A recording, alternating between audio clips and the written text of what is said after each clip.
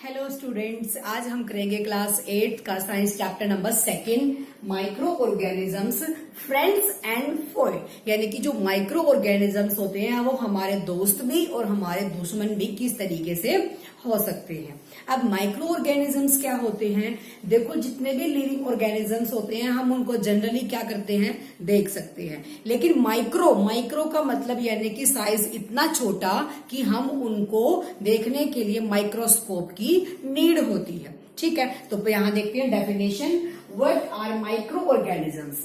Living organisms around us which we normally can't see. ऐसे जो क्या होंगे, माइक्रो ऑर्गेनिजम्स होते हैं, लिविंग ऑर्गेनिजम्स, जिनको हम जनरली देख नहीं पाते।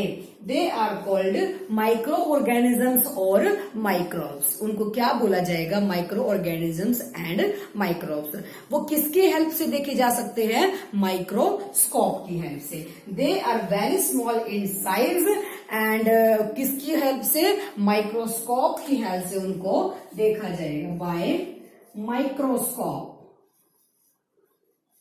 समझ आया? Micro organisms, micro means size में स्मॉल एंड जो कांट सी, हमारे द्वारा जनरली देखे नहीं जा सकते। हम उनका साइज छोटा होने की वजह से उनको किसमें से? माइक्रोस्कोप में से देख सकते हैं। ठीक है, नेक्स्ट पॉइंट आता है 4 मेजर ग्रुप्स। इनके भी कितने ग्रुप्स होते हैं? जो 4 बड़े ग्रुप्स होते हैं। कौन से? Bacteria, fungi, protozoa and algae. ठीक है, अब नेक्स्ट पॉइंट आता है कि जो कोल्ड होता है, इन्फ्लुएंजा होता है या कफ और पोलियो एंड चिकन पॉक्स किसकी वजह से होगा? वायरसेस की वजह से। अब वायरस क्या होता है? Viruses are microscopic. वायरस जो होता है हमें शो तो नहीं होता, माइक्रोस्कोपिक होता है, क्योंकि जब माइक्रोस्कोपिक है तो ऑब्वियसली शो नहीं होगा।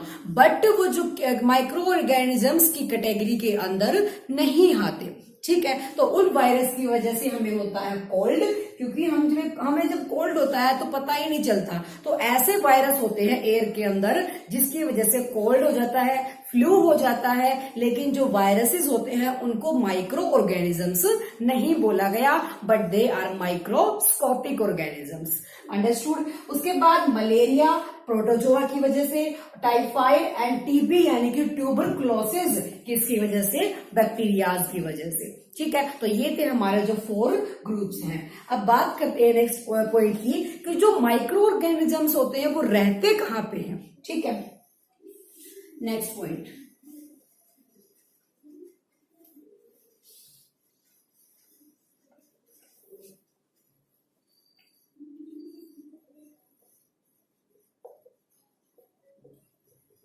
माइक्रो ऑर्गेनिजम्स लिव्ड कहां रहते हैं, उनको एक्चुअली मिलते कहां है? Micro organisms are generally one celled structure. One celled के अंदर हमने एक एग्जांपल पढ़ा होगा 7th क्लास के अंदर कि जो सिंगल सेल्ड स्ट्रक्चर्स होते हैं वो अमीबा होते हैं। जैसे अगर नहीं भी पढ़ा तो दोबारा से पढ़ लेना, ग्रेड 9th के अंदर आ जाएगा कि जो सिंगल सेल स्ट्रक्चर्स होते हैं वो अमीबा होते हैं। जो माइक्रो ऑर्गेनिजम्स होते हैं उनके अंदर एल्गे भी आते हैं। ठीक है, तो micro organisms are generally single celled structure, single cell structure. ठीक है, amoeba and algae, they are found in the bodies, humans and including animals। animals की और humans की बॉडी के अंदर they found in bodies of humans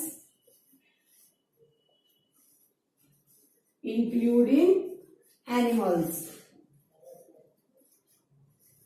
humans की और animals दोनों की बॉडी के अंदर मिलता है। अब बात कर लेते हैं इन्वायरमेंट की। जो माइक्रो ऑर्गेनिजम्स होते हैं हर टाइप के इन्वायरमेंट के अंदर क्या करते हैं, सफर कर सकते हैं, चाहे वो हॉट क्लाइमेट है या आइस कोल्ड क्लाइमेट है या फिर डेजर्ट एरिया है।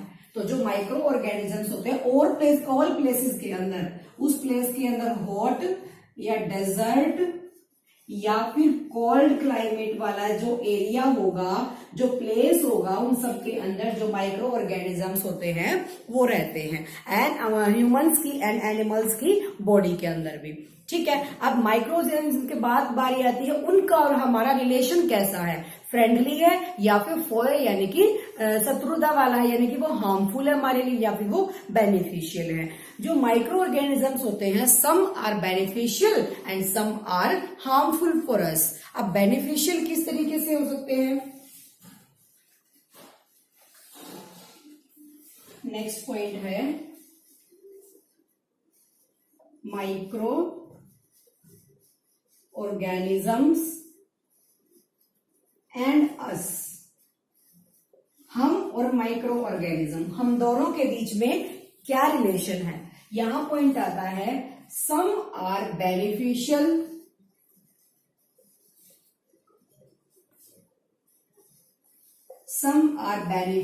And other are harmful for us.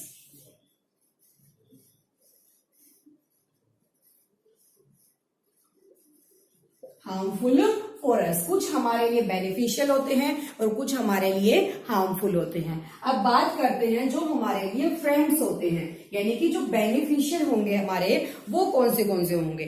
Friendly micro organisms किस किस चीज के लिए यूज किए जाते हैं, जो फ्रेंडली हैं। हमने टॉपिक का नाम पढ़ा फ्रेंड एंड फोए, यानी कि दोस्त भी और दुश्मन भी। सबसे पहले हमने पढ़ा कि जो माइक्रो ऑर्गेनिजम्स है वो एक्चुअली होते क्या है। अब नेक्स्ट पॉइंट आता है कि वो हमारे फ्रेंड्स भी हैं और फोए भी हैं। तो फ्रेंड्स किस तरीके से हैं, friendly micro organisms,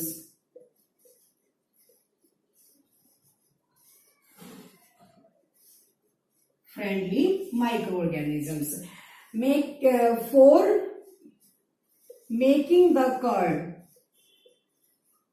for making the curd. Second point आता है हमारा इसके अंदर फॉर क्लीनिंग द इन्वायरमेंट,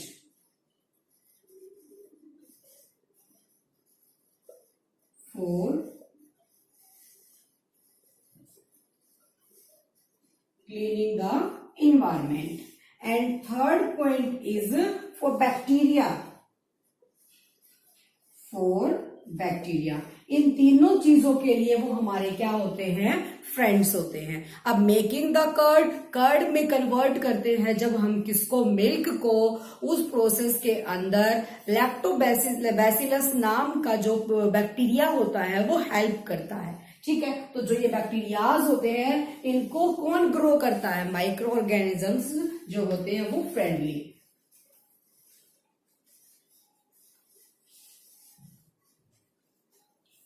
अब आता है point for making the curd, for making the curd, यानी कि दही बनाने के लिए यूज होता है, वहां वो हमारे क्या होते हैं, फ्रेंड्स होते हैं। वहां क्या होगा, फर्स्ट पॉइंट हमारा इसके अंदर आता है जब कर्ड के अंदर, मिल्क को कर्ड के अंदर क्या किया जाएगा, कन्वर्ट किया जाएगा, तो वहां क्या होगा, milk converted into curd by the bacteria of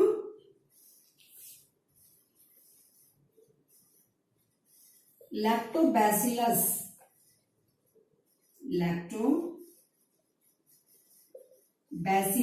bacteria.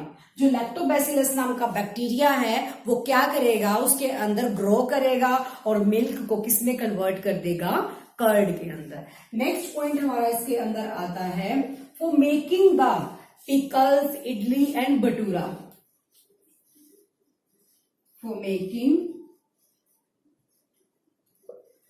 Curd,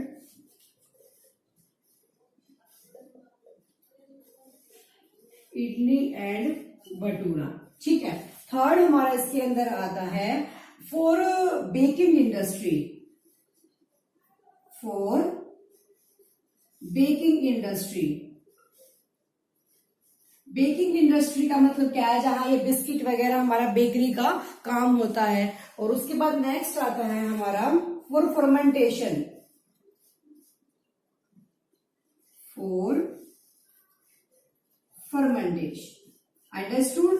यहां तक बात समझ आई? जो नॉर्मली हमारे फूड के अंदर यूज होते हैं, मिल्क कन्वर्टेड इनटू कर्ड, जो मिल्क होता है वो कर्ड के अंदर कन्वर्ट होता है by the bacteria of lactobacillus. Lactobacillus नाम का बैक्टीरिया उसके अंदर ग्रो करता है, जिसकी वजह से वो मिल्क को कन्वर्ट कर देता है किसमें? कर्ड में। नेक्स्ट है वो making curd, idli, bhatura and उसके बाद और भी कुछ जैसे पिकल्स के अंदर डालने के लिए भी यूज होते हैं। ठीक है। नेक्स्ट आता है बेकिंग इंडस्ट्रीज, जितनी भी बेकिंग इंडस्ट्रीज होती हैं वहां यूज होता है। उसके बाद फोर्थ पॉइंट आता है फॉर फर्मेंटेशन, फर्मेंटेशन के लिए भी इसका यूज होता है।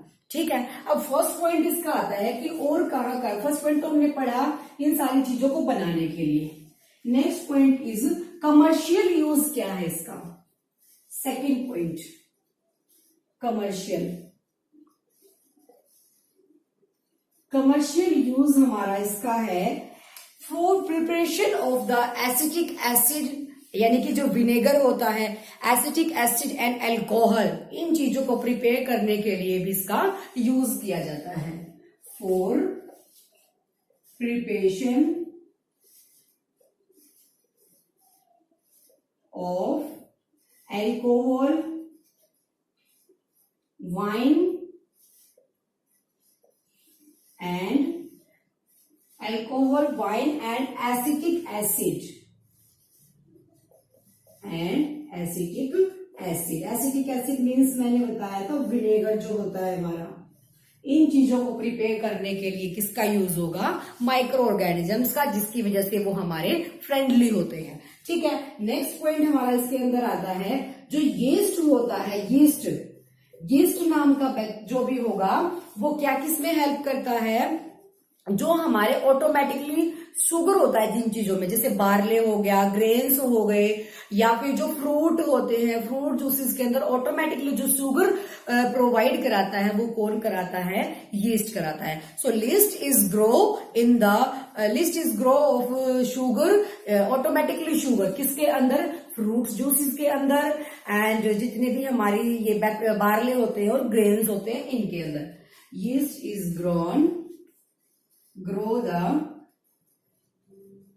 sugar in किसके अंदर? बार्ले, ग्रेन्स एंड फ्रूट्स, इनके अंदर जो ऑटोमेटिक, अब कौन सा हम इनके अंदर घर लाने के बाद शुगर डालते हैं? नहीं डालते। तो इनके जो अंदर जो ऑटोमेटिकली शुगर होती है, प्रोवाइड होती है, उसको कौन करता है? ग्रो यीस्ट करता है। थर्ड पॉइंट हमारा इसके अंदर आता है the conversion of sugar to alcohol, sugar से अल्कोहल के अंदर जो कन्वर्जन होगा उस प्रोसेस को क्या बोला जाएगा? फर्मेंटेशन। द कन्वर्जन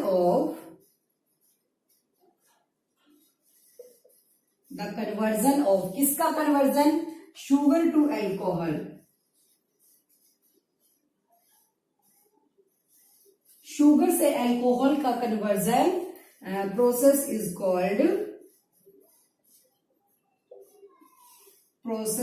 कॉल्ड उस प्रोसेस को क्या बोला जाएगा? फर्मेंटेशन।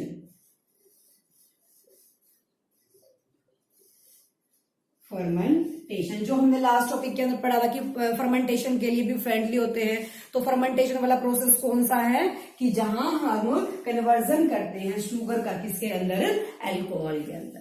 अंडरस्टूड? अब नेक्स्ट पॉइंट आता है हमारा इसके अंदर, ये तो पढ़ा हमने कमर्शियल यूज में। अब नेक्स्ट आता है मेडिकल यूज में।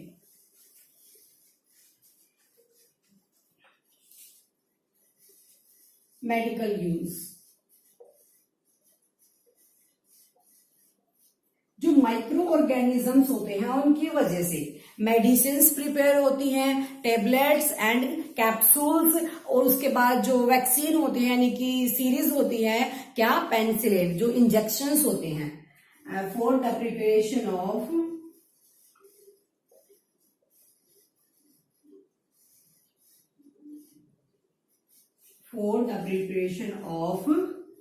tablets,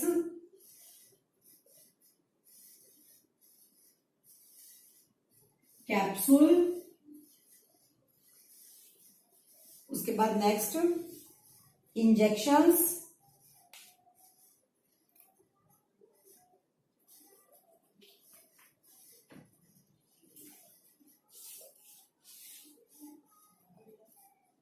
इंजेक्शंस एंड एंटीबायोटिक्स,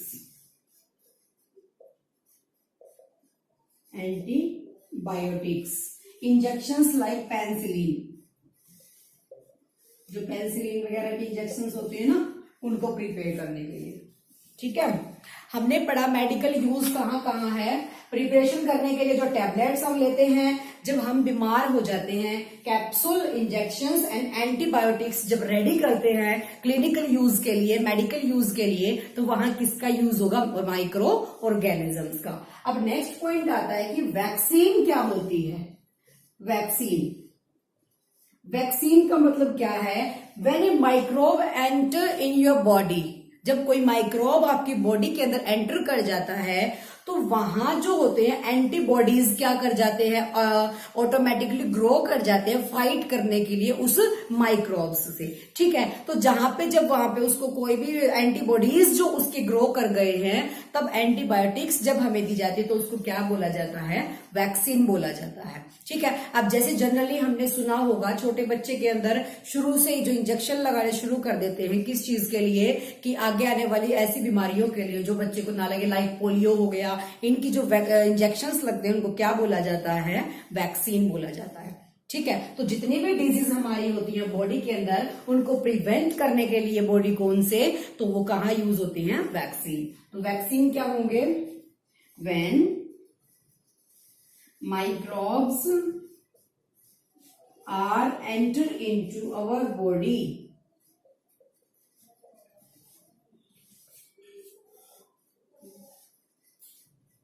हमारी बॉडी के अंदर जब माइक्रोब्स एंटर कर जाते हैं, उसके बाद क्या होगा? The antibodies grow up automatically, the antibodies grow automatically, जो एंटीबॉडीज होते हैं वो ग्रो कर जाते हैं automatically for fighting with,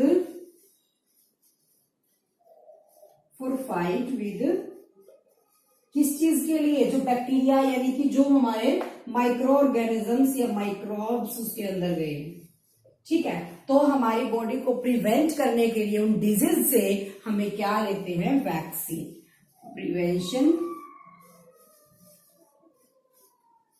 prevention from disease. तो प्रिवेंशन करने के लिए डिजीज से हम किसका यूज करते हैं? वैक्सीन का यूज करते हैं। छोटे बच्चों को जो लगाए जाते हैं पोलियो वगैरह के, उनको क्या बोला जाता है? वैक्सीन, यानी कि हमारी बॉडी के अंदर जो कोई भी बीमारी है, कोई भी डिजीज है, वो ग्रो ना कर सके। ठीक है,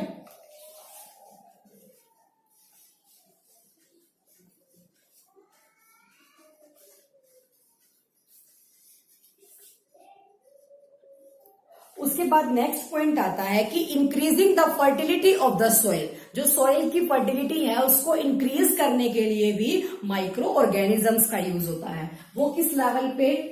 for increasing the fertility of soil,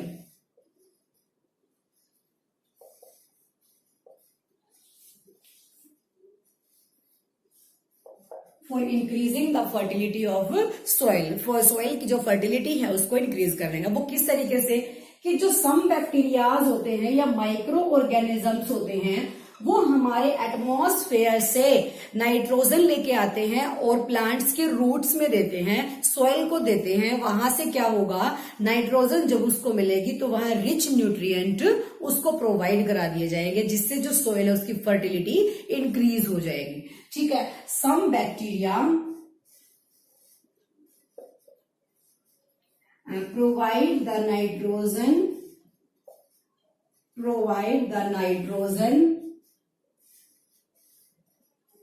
to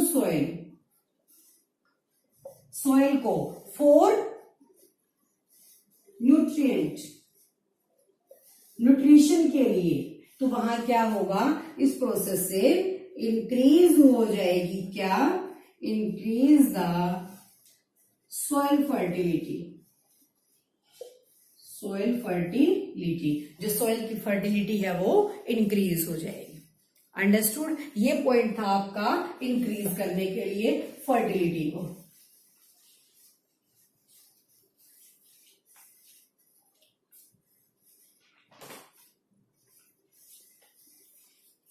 next point हमारा आता है इसके अंदर क्लीनिंग द एनवायरमेंट।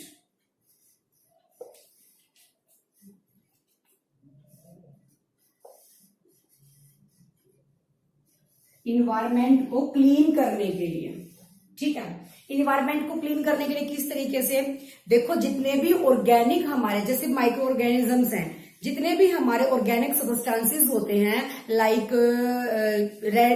प्लांट्स के जो रेजिड्यूज होते हैं वो बिग सब्सटेंसेस होते हैं, उनको सिंपलर सब्सटेंस में कन्वर्ट करने का काम माइक्रो ऑर्गेनिजम्स करते हैं। तो इससे क्या होगा, वो जल्दी डिकम्पोज होंगे और इन्वायरमेंट हमारा क्लीन होगा। तो यहां हम लिखेंगे some organic compounds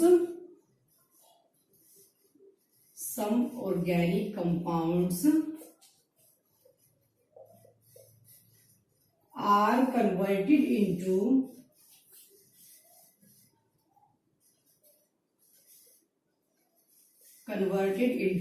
simple substances। Simple substance के अंदर कन्वर्ट हो जाएंगे, जिससे जो इन्वायरमेंट है वो क्लीन हो जाएगा, ठीक है। नेक्स्ट पॉइंट हमारा इसके अंदर आता है हार्मफुल। अब हार्मफुल कैसे हैं, अब तक हमने पढ़ा किसके बारे में, जो फ्रेंडली नेचर था माइक्रो ऑर्गेनिजम्स का ह्यूमंस के साथ या एनिमल्स के साथ। अब नेक्स्ट हमारा इसके अंदर आता है हार्मफुल किस तरीके से है ह्यूमंस के लिए, ठीक है। हार्मफुल की बात आती है कि जब कोई भी इंसान अगर बीमार है, वहां से जो बैक्टीरिया क्या करेंगे, माइक्रो ऑर्गेनिजम्स क्या करेंगे, थ्रू एयर वाटर इन्फेक्टेड जो पर्सन क्या है उससे क्या है इफेक्टेड है किसी भी डिजीज से, उससे हेल्दी पर्सन तक बैक्टीरियाज को कन्वर्ट कर देते हैं बाय एयर एंड वाटर। तो वो क्या होंगे, माइक्रो ऑर्गेनिजम्स हमारे लिए हार्मफुल होंगे, ठीक है। अब जैसे कोई भी बीमारी है जो टच करने से होती है, फिजिकली टच करने से, फिजिकली से होगी, फिजिकल से, तो वो क्या होगी हमारी, उसके छूने से फैल गई है, तो उसको क्या बोला जाएगा कि कोई भी जो डिजीज होती है इलनेस पर्सन से, यानी कि जो इंसान बीमार है उस पर्सन से हेल्दी पर्सन तक वो भेजती है micro organisms through air and water and physical touch. Understood. तो उससे क्या हो जाएगा, जो इंसान बीमार है उसकी वजह से जो हेल्दी पर्सन है वो भी बीमार हो जाएगा। तो उससे क्या हुआ, हार्मफुल हुआ, किसके लिए, हमारे लिए, ठीक है। तो यहां हम लिखेंगे हार्मफुल किस तरीके से है, when a person is ill, जब कोई पर्सन बीमार है, bacterias forward by air, water and physically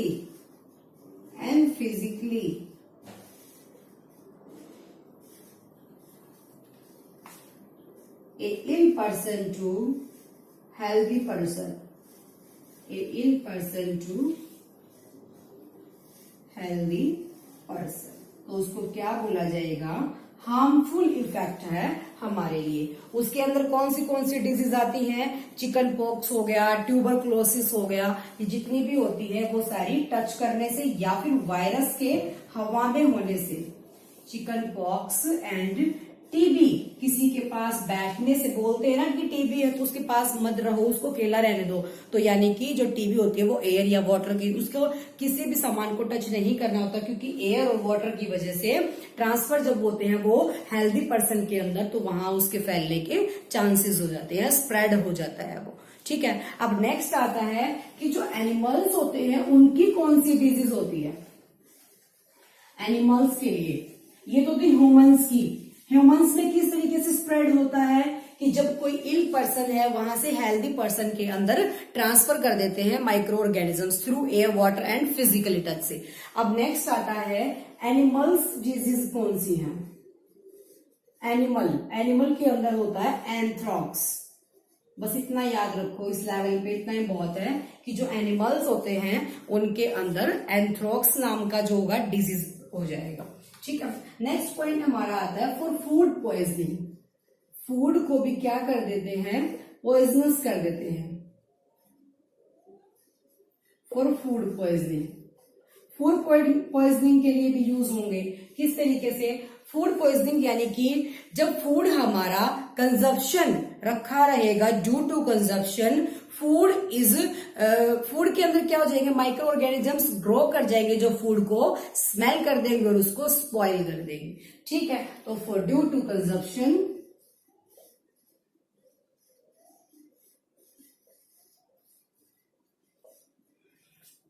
food is poisonous,